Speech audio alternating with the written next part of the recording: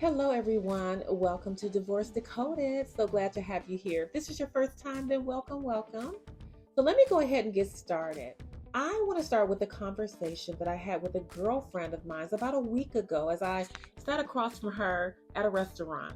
And she began to talk to me about her ex husband. She said, "Oh my gosh, I just want to kick my ex husband in the teeth." And I was like, "Girl, what is going on?" And she said, Chris and I had this whole messy divorce because he decided he wanted to leave me for another woman. And I said, "Yep, I am very familiar with your story, girl." And then she said, "This woman is popping up at my son's football games." And she said, "Be honest with me. Am I being too immature by wanting her to stay away on the days that my son is with me?" She said, "I don't know this woman. I've never met her. I really don't want to see her at my son's games." Now, I wasn't expecting this kind of conversation, but I was very familiar because I had gone through the same thing. And I don't know if this had been a question on your mind or if you're dealing with the same thing, but I understood what my friend was going through because I myself had gone through that. So I want to share my personal viewpoint on her question. The answer to my friend's question kind of depends on how long her and her ex have been apart. So, why do I say that? Well, I say that because if it's a recent thing, then honestly, her ex was being really inconsiderate and selfish, and that was not good for her or the kids. Now, maybe he didn't care about her feelings, but goodness, think about the kids. I also read somewhere that experts say it's too early to introduce a new partner into the equation if you've only been divorced for less than a year. Now, I must say, I agree with that. In my opinion, you need to give yourself at least a year or two to heal. Jumping immediately into a new relationship is never a smart thing to do. Why? Because you're still vulnerable. You're still adapting to this, to being single again. Now, you don't have to agree, but I've been there and I think I've experienced a thing or two. And I'm not trying to make up your mind for you. I'm just trying to be helpful because I don't want to see people hurt again. So, to my friend's question, I don't see it as immaturity on her part. She had every right to be concerned about her children. She hadn't met this woman before. Her husband, her ex never discussed it. And there was a legitimate worry about how this new person would treat her kids. And so I felt, and I told her it's a conversation that she needs to have with her ex if she's that concerned. But her question got me thinking about something else. How do you deal with your ex showing up to your children's sports event with a rebound partner? Okay, maybe labeling them as a rebound might be a stretch, but you get what I mean. Anyway, I want to tell you my story of what happened with me. I remember 7 years ago when my ex husband showed up at one of my son's ice hockey games with his new girlfriend. Now, let me tell you, we had only been separated for about 2 months. And guess what? We were still working on our marriage after I had moved out. And see, I was hoping for reconciliation, but that didn't happen. That didn't happen. He shows up with this new girl, and I got really angry. Really angry. I won't lie. I felt the urge to confront them physically and verbally. Now, despite wanting to beat her down and punch him in the face, I knew I had to keep my cool, but I didn't. He got up to leave the arena, and I followed him, and I blocked him from leaving to go to his car. I got in his face to express my disapproval of him bringing his new girlfriend to our son's game. And let me tell you, I was bold. I warned him that expecting God to bless such a mess was not going to happen. Despite his dismissive response to me, he basically told me to move out of his way. That relationship eventually fell apart. Now listen, I am not suggesting you approach your ex's new partner or your ex aggressively like I did. Instead, I'm encouraging you to take the high road. maintain self-control, and avoid making threats. Okay, we don't want the police showing up at your child's football game. If it gets too emotional, walk away.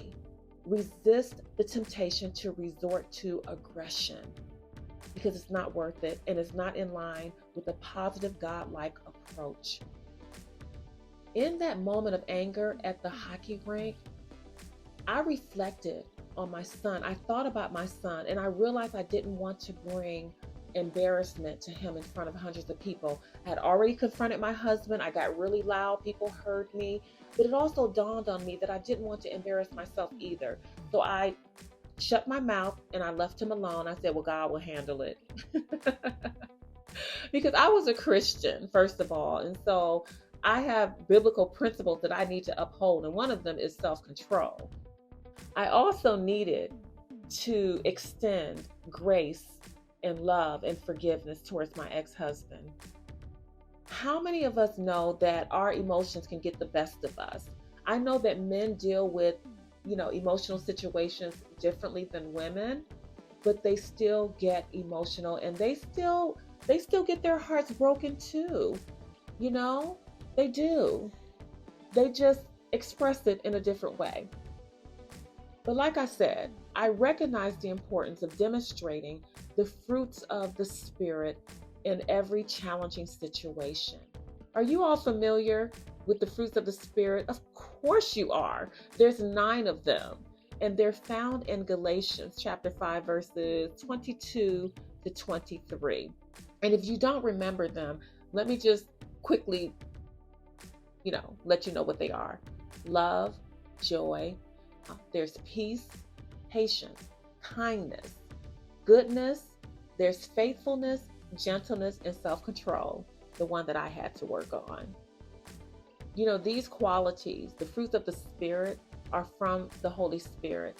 And that's what was working in my life. They are a reflection of a transformed and spiritually mature woman. And so I had to remind myself of that because I didn't want to appear as if I was a deranged ex-wife who hadn't gotten over her ex-husband. So, as I was saying, bringing embarrassment to my son and myself was not a good thing. It would have contradicted the biblical principles of being self-controlled. I had to set an example for my son. It's in those heated moments that we need to pause, breathe, and consider the long-term impact of our actions, especially in a public setting where people are listening and watching. And I didn't want to make God look bad because of my bad behavior. So it was important to me to stick to my Christian values, okay? Jumping into retaliation mode at the slightest provocation is not a good thing. We've got to go for a more chill and Christ-like response in every situation. So don't let the devil use your emotions in the wrong way, because he will if you allow him to. And in the end, it's when we hold back and show self-restraint that we truly live out the teachings of Christianity. We are supposed to set a real life example for our children, okay? And listen, in my opinion, it would be more beneficial for the kids to adjust to the idea that you and your ex are not a thing anymore, that you're no longer together before you introduce a new romantic interest. Now, your ex may decide to bring someone new in, but you can do the right thing.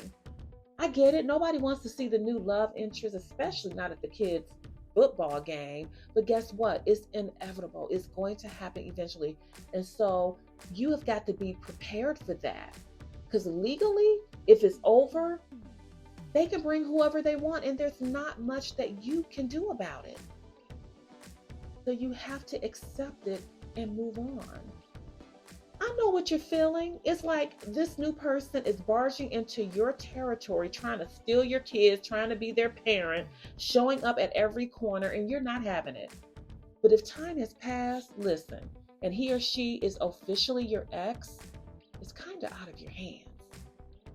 Yeah, divorce sucks. And I'm not saying your anger isn't justified, but hanging on to that anger won't change a thing. Expecting your ex not to bring someone new into the picture, mm-mm. All you're going to do is stress yourself, and you're going to pass that stress on to your children. Don't let it show how much it bothers you if they bring their new girlfriend or boyfriend. Yeah, it takes practice, but you can do it.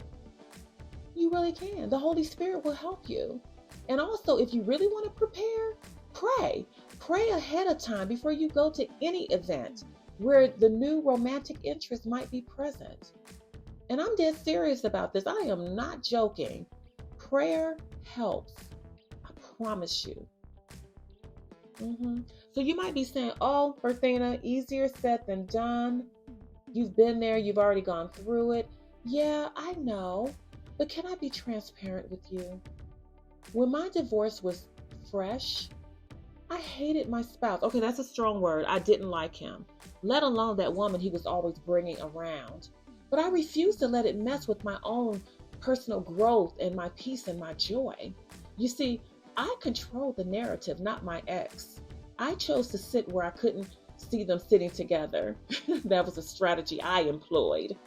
I chose to be cordial. I chose to behave because I have dignity and self-respect. So let me ask you this. What's your game plan? If you haven't quite figured it out, let me offer a few simple suggestions. Number one, pull your life together. Focus on being the amazing man and the amazing woman that you are. And number two, if a new relationship is in the cards for you, then it will happen. And remember, everything happens in God's timing, not yours. So be patient. Don't be upset if your ex is bringing their new girlfriend or boyfriend. Be happy for them. And here's my straightforward advice. Let the dust settle on the divorce before diving into introducing a new flame.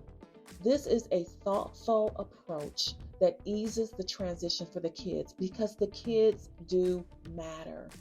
It spares the kids from having all these jumbled emotions when you eventually introduce them to your new partner. At the same time, introducing a new partner is really a personal call. I cannot make that decision for you. I cannot tell you what to do. And what about the timing? Well, that is completely up to you. You are a grown person. Now, if it were me, I would say, wait. Don't rush it. Use caution. Use wisdom. But as always, the ball is in your court. Now, regarding any extra advice, here's a little nugget I think would be helpful. Make sure you and your new partner are committed. Nothing is more emotionally and psychologically challenging for a child than forming a bond with your new partner only to see y'all both break up 3 months later. Not good. Not good at all. More importantly, always pray and ask God, is this the right time? That's what I did. It kept me from introducing someone new into my children's life. My son and daughter told me years ago that they never saw me dating. Well, that wasn't true. They didn't see me dating because I was careful about who I brought around them. So let me keep it real. If the guy wasn't serious about the relationship, there was no point in him meeting my kids. That was a boundary I set from the very beginning, and I still maintain that boundary today. I want you to remember that it's all about our children. It's not about the ex. Don't be upset if they bring someone new around, okay? It was bound to happen eventually. You can prepare yourself to be stronger, to accept the inevitable by praying, staying connected to God, and trusting that everything is going to work out right. There's no need to be angry, jealous, envious, starting fights at the football game. That is it's just not the right step to take. It's not the right decision. And it's not going to serve you well. It's not going to end well. I've seen fights break out at games because the ex got upset or the ex-husband got upset. And you've got two grown people arguing, fussing, cursing each other out at their children's game. Totally and completely embarrassing. So that's all I have for now. I do hope that this was helpful to you. Other than that, come on back next week for additional insights on navigating divorce in a Christ-like manner. Bye for now.